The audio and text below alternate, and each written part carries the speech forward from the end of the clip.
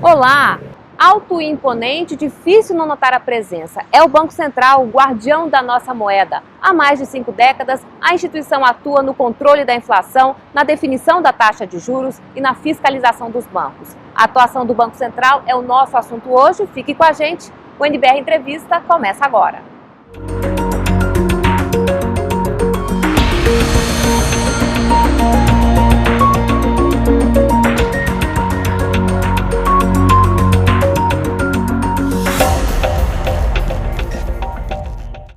Nosso convidado é Isaac Sidney, diretor de Relacionamento Institucional e Cidadania do Banco Central. Olá, muito obrigada por receber a nossa equipe. Muito obrigado, eu que agradeço. Bem, antes da nossa conversa, vamos conhecer um pouquinho mais sobre a história do Banco Central na reportagem da TV NBR.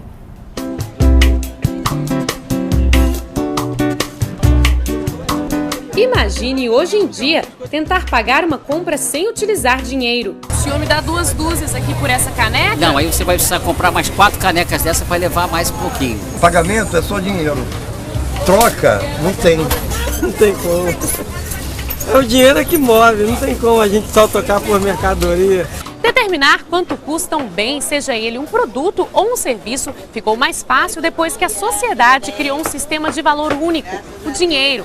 Ao longo da história, o dinheiro já passou por muitas transformações. No Brasil, por exemplo, a primeira moeda era cunhada em ouro e prata e a quantidade existente no mercado, nas mãos das pessoas, variava pouco. As moedas de metal precioso, normalmente eram as moedas que eram o padrão monetário. Então, eram tantos gramas de ouro, era uma moeda de ouro, tantos gramas de prata, era uma moeda de prata. A partir do século XIX, foi surgindo, na verdade um pouco antes, já no século XVIII, mas foi surgindo o papel moeda. Aqui nas fábricas da Casa da Moeda, no Rio de Janeiro, é onde as cédulas brasileiras são impressas e as moedas cunhadas. Mas quem define a quantidade da produção é o Banco Central, que é responsável também por colocar esse dinheiro em circulação. A ideia de Banco Central, ela remonta a um passado muito distante. Começou com o Banco da Suécia, em 1750, depois Banco da Inglaterra, Banco da França, com o Federal Reserve dos Estados Unidos. Então é uma ideia antiga, é uma ideia de disciplina do sistema financeiro e uma instituição com poderes para exercer essa função. No Brasil, o Banco Central passou a existir só em 1965. Antes disso, foi criada em 1945 a Superintendência da Moeda e do Crédito, o primeiro órgão brasileiro a tratar exclusivamente da oferta de moeda e crédito no país. Bem, então a SUMOC, Superintendência da Moeda e do Crédito, foi o embrião do Banco Central que a gente conhece hoje? É verdade, o Banco Central tem a sua criação vinculada à criação da SUMOC, mas eu vou voltar um pouquinho no tempo. A criação do Banco Central também tem uma vinculação com a Casa da Moeda do Brasil, ali no século XVII, em 1694. Por quê? Porque foi quando ocorreram as primeiras cunhagens das moedas brasileiras, quando ainda circulavam moedas estrangeiras no Brasil. Mas também é bom lembrar que em 1808, quando da criação do Banco do Brasil, também temos um embrião do Banco Central, porque o Banco do Brasil foi criado com um papel misto de banco comercial e também de banco dos bancos. Depois, à frente, é que veio em 1945 a criação da SUMOC, fazendo o papel de autoridade monetária e também o papel de controlar o mercado financeiro. E aí sim nós temos um embrião verdadeiro do Banco Central e um papel de transição, preparando o terreno para a criação do Banco Central, que aconteceu em 1965, quando se deu efetivamente a criação da instituição Banco Central do Brasil. Então podemos dizer sim que o embrião principal de criação do Banco Central foi a SUMOC, a Superintendência do Crédito, da Moeda e do Crédito. Inicialmente, então, a sede era no Rio de Janeiro e um tempo depois veio aqui para Brasília. É verdade. Nos 2 primeiros anos, após a criação, o Banco Central teve sua sede funcionando no Rio de Janeiro. Logo depois veio para Brasília, funcionou em cerca de 12 prédios. Depois houve a construção do edifício sede, que completou 35 anos no dia 8 de setembro e, portanto, desde então funciona num único prédio aqui em Brasília, na capital. Bom, quando a gente pensa em banco, logo vem à cabeça da gente dinheiro, né? Onde é que o Banco Central se encaixa nesse contexto? Eu diria em tudo praticamente. Por quê? Porque o Banco Central é quem tem a responsabilidade de emitir o dinheiro.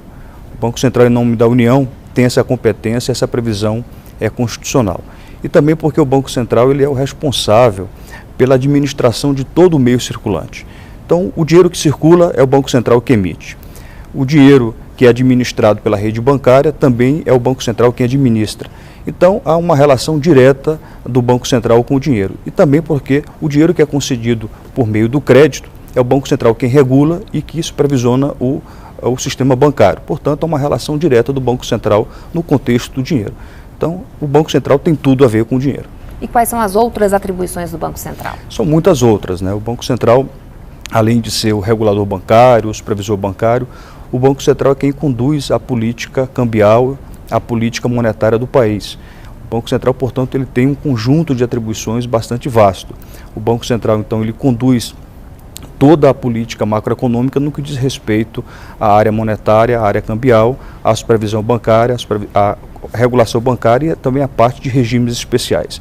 Também tem a administração do meio circulante, a administração das reservas cambiais no exterior, tem também a administração do sistema de pagamentos brasileiro, enfim, há um conjunto de atribuições bastante significativo que o Banco Central exerce no país. Bem, o que significa ter um sistema financeiro sólido? A gente escuta muito essa expressão, né? Sistema financeiro sólido. O que é isso na prática? Na prática é ter um sistema financeiro que tenha níveis adequados de solidez, de liquidez, de provisões, de capital, é ter um sistema financeiro que suporte testes periódicos de estresse, é ter um sistema financeiro que resista a crises, a choques internos, a choques externos, é ter um sistema financeiro nacional que opere de forma não temerária, de forma não fraudulenta, é ter um sistema financeiro nacional que seja capaz de resistir.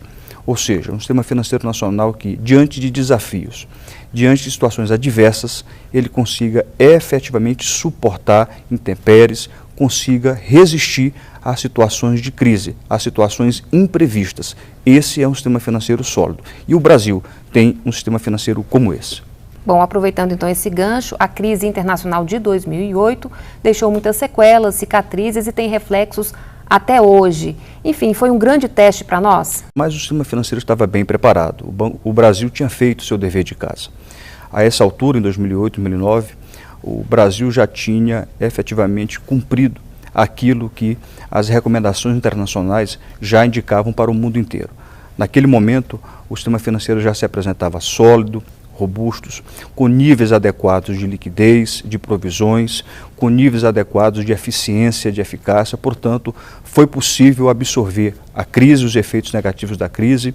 Do ponto de vista do sistema financeiro nacional, nós tivemos toda a condição de suportar. Tínhamos limites adequados de compulsório.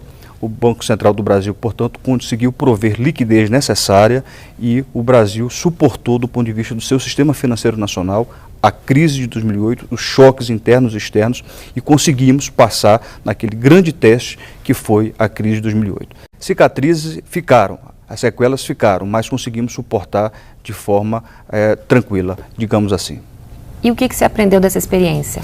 O que aprendemos é que é necessário cumprir com regras prudenciais, é necessário seguir efetivamente as recomendações internacionais, é necessário se precaver, é necessário ter regras preventivas, é necessário ter um sistema financeiro nacional que suporte e consiga resistir a momentos como esses para poder realmente enfrentá-los. Bom, fala-se muito em autonomia do Banco Central. Como é que é hoje e o que seria essa autonomia na prática? A autonomia é, de fato, uma variável muito importante em matérias de Banco Central. Por quê?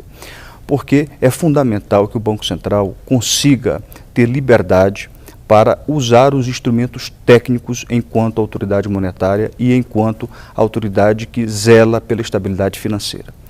O Banco Central do Brasil já tem autonomia técnica operacional na prática, mas precisa ter autonomia formal, autonomia jurídica, aquela autonomia que é garantida, assegurada por lei.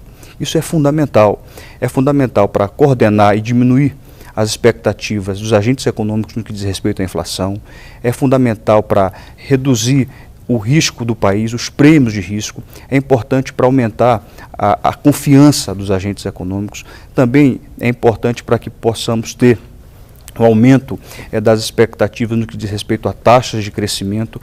Tudo isso é fundamental.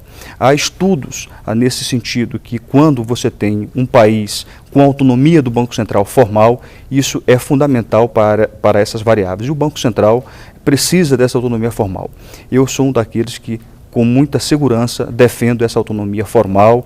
O Banco Central, por meio dessa atual diretoria, tem defendido isso. Nós temos tido o respaldo do governo e temos segurança de que vamos encontrar um caminho fértil para avançarmos nesse sentido.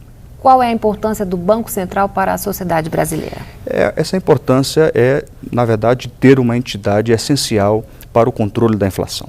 Isso é fundamental, isso é importante, que é garantir o poder de compra da moeda, de um lado, e de outro lado também garantir um sistema financeiro que seja sólido, que seja eficiente e que possa garantir a estabilidade financeira. Isso é de fundamental importância para toda a sociedade. Tá certo, então daqui a pouco a gente continua. Vamos agora fazer um rápido intervalo. Até já!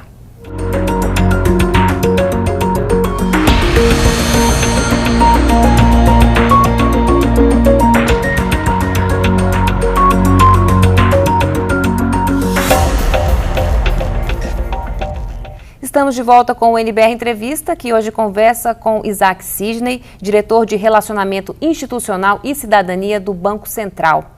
E uma das missões do BC, o Banco Central, é controlar a inflação. Vamos a mais uma reportagem da TV NBR.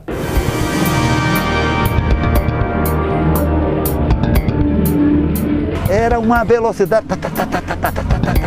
Até hoje, ao fazer compras no supermercado, José Antônio não se esquece da remarcação de preços na década de 80. Inflação altíssima, o produto chegava toda hora, era remarcado. Os preços podiam mudar num piscar de olhos. Aqui, por exemplo, esse feijão, eu pego aqui, ele está com esse preço. Chegava lá, já queriam cobrar outro. Acontecia isso também. A inflação era tão alta na década de 80, chegando a quase 2.000% ao ano no fim de 1989, por exemplo, que a população vinha ao supermercado e tinha um comportamento que não é visto mais hoje. As pessoas compravam a maior quantidade de produtos possível. A meta era estocar mercadorias como o macarrão, por exemplo, em casa, já que no outro dia o mesmo produto tinha um valor bem mais elevado. Ou seja, o dinheiro valia cada vez menos.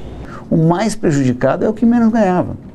Às vezes, inclusive, sem tendo acesso a um banco, ele via literalmente o dinheiro virando pó. Ou seja, em um mês o dinheiro que ele recebia de salário perdia 30%.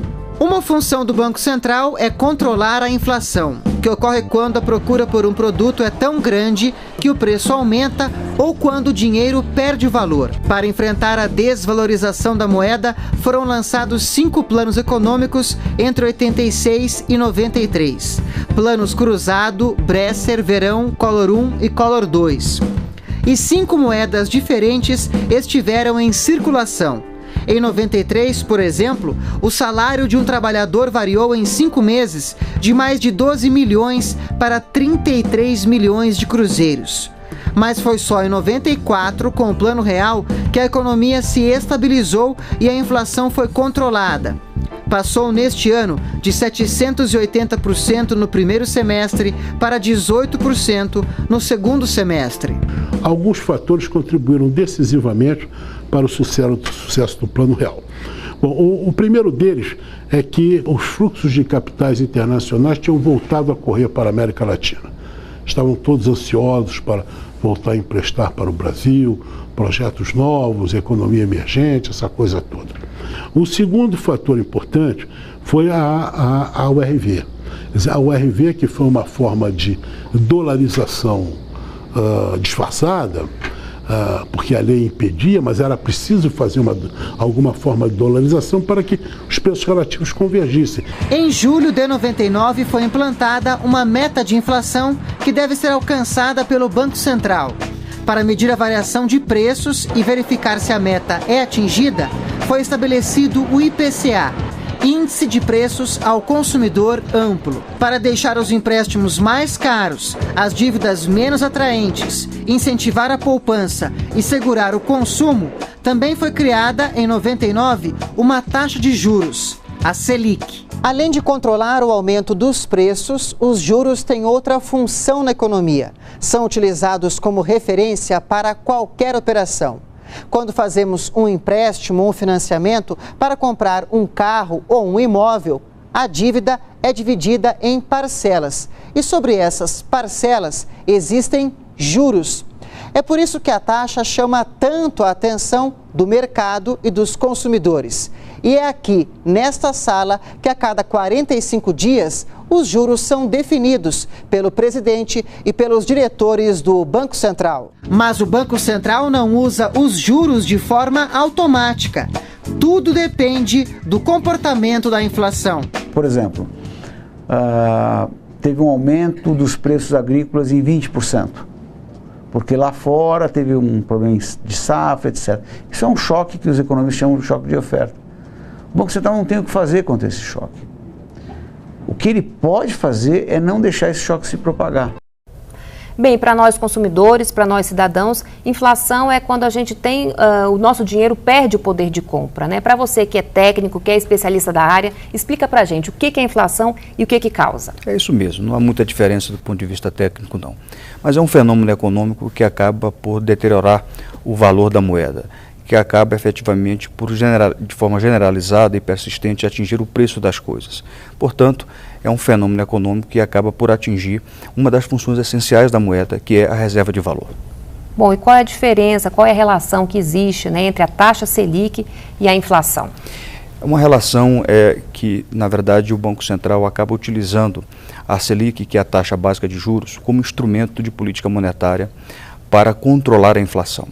Então, a Selic nada mais é do que um dos instrumentos, na verdade é o principal instrumento de política monetária de que se vale o Banco Central do Brasil para efetivamente buscar atingir e cumprir as metas de inflação que são fixadas pelo Conselho Monetário Nacional.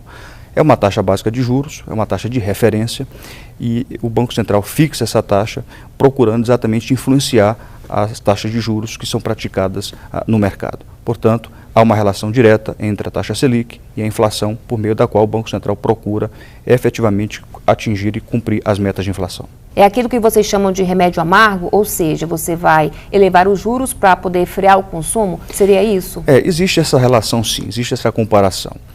Quando você tem uma inflação mais elevada, o Banco Central acaba por aumentar a taxa Selic, exatamente visando fazer com que o consumo possa ser um pouco mais refreado, ou seja, visando diminuir a circulação do dinheiro, visando reduzir a concessão de crédito e, com isso, diminuir o consumo.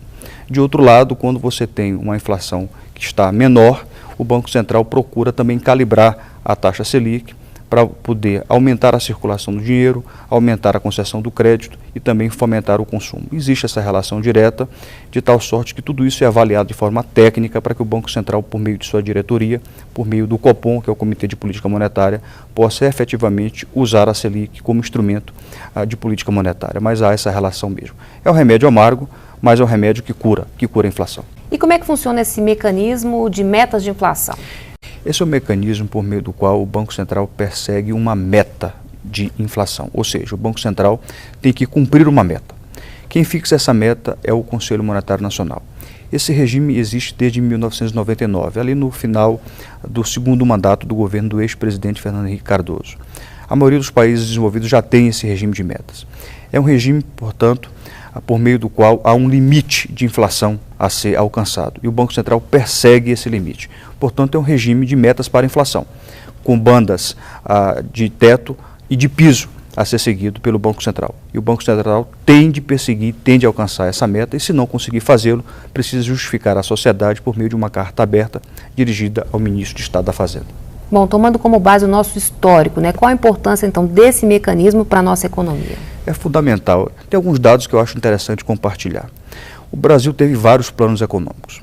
O Plano Bresser ele foi implementado em 1987. Um mês antes do Plano Bresser, a inflação mensal analisada era de 930%. Em 89, quando foi implementado o Plano Verão, a inflação mensal analisada chegava a 2.000%. Em 90, um ano depois, Plano Collor 1, a inflação anualizada, mensal analisada, chegava a 87.000%, algo inimaginável para os dias atuais. Um ano depois, 1991, Plano Collor 2, a inflação mensal analisada já chegava a 600%. E o Plano Real, que foi o último dos nossos planos monetários, quando ele foi implementado, em junho de 1994, a inflação mensal analisada era de 10.500%. jamais se percebeu algo depois do regime de metas de inflação. Então, isso por si só mostra a importância de um regime de metas de inflação para qualquer país, sobretudo para um país como o Brasil, que até hoje se ressente de uma cultura inflacionária. Portanto, é um regime importantíssimo para o Brasil. Bom, mudando um pouquinho de assunto em relação à inclusão bancária, né? Qual é o papel do Banco Central, enfim, nesse tema? O que já se avançou nos últimos anos? O Banco Central tem dado uma contribuição que eu considero efetiva nisso. Por meio de programas de inclusão financeira, de educação financeira, mas também tem avançado no âmbito regulatório, procurando diminuir o custo de observância, procurando políticas que procurem diminuir o custo do crédito, o custo do spread bancário e também efetivamente buscando uma política que acabe por permitir não só o acesso, mas o uso e a qualidade dos serviços e dos produtos aos cidadãos clientes do sistema financeiro nacional. É um desafio, não é algo que se consegue obter efetivamente no curto prazo. E também outros atores precisam ser envolvidos nisso. O próprio sistema financeiro nacional precisa ser envolvido nisso. E o Banco Central tem procurado adotar uma política nesse sentido. Bom, o senhor citou educação financeira e esse tema está diretamente ligado à questão da inclusão bancária, né? Está. A educação financeira é uma temática que tem ocupado espaço no âmbito do Estado. Não é algo que é específico do Banco Central, mas está ligado ao Banco Central na medida em que o Banco Central é o regulador bancário e é o supervisor do sistema financeiro nacional. Atualmente existe um comitê que é o Comitê Nacional de Educação Financeira, que é o CONEF, e neste ano o Banco Central está presidindo, há uma presidência rotativa desse comitê, é integrado por 10 instituições, entre entidades públicas e privadas. Existem programas que são transversais e também programas que são setoriais. No âmbito desses programas setoriais, o Banco Central tem desenvolvido um programa de cidadania financeira. Temos, por exemplo, um portal na internet, que é o Portal da Cidadania Financeira. Oferecemos cursos de gestão financeira, de finanças pessoais. Já conseguimos qualificar mais de 30 mil cidadãos nesse curso e temos procurado fomentar uma cultura de hábitos de poupança e também de uso responsável do crédito. Isso é muito importante, essa cultura precisa efetivamente pegar no Brasil. É importante que nós consigamos fomentar essa cultura de finanças pessoais, de hábito de poupar, de uso responsável do crédito e muitos atores precisam se somar a nós nesse sentido. Políticas públicas precisam ser implementadas no Brasil para que realmente consigamos somar e conjugar esforços nesse sentido. E para mudar a cultura, eu acho que tem que começar cedo, né? Por exemplo, nas escolas, né? Sem dúvida. Programas transversais de educação precisam ser implementados e o Ministério da Educação precisa ser um grande parceiro também nesse sentido. Bom, para a gente encerrar, quais são os desafios do Banco Central? Os desafios são enormes, mas eu preferiria concentrar no desafio que deve ser o principal de todos. O Banco Central precisa ser um sentinela da inflação. O Banco Central precisa efetivamente ser o curador, o tutor, o guardião da moeda. O Banco Central precisa diuturnamente não hesitar no combate intransigente da inflação. Esse deve ser o desafio permanente do Banco Central do Brasil. Essa é sua missão, controlar a inflação de forma absolutamente obstinada. O Banco Central precisa cumprir essa missão. E a par disso, o Banco Central precisa se voltar para manter o sistema financeiro sólido e eficiente. Essa é a missão, esse é o maior desafio do Banco Central, controlar a inflação e manter um sistema financeiro sólido e eficiente. Esse é o desafio constante do Banco Central. Tá certo, então agradeço muito sua participação aqui no NBR Entrevista e até uma próxima oportunidade. Muito obrigado. Bem, outras informações então no site do Banco Central e para rever o programa é só entrar no canal da TV NBR no YouTube. Muito obrigada pela companhia e continue com a gente na NBR, a TV do Governo Federal.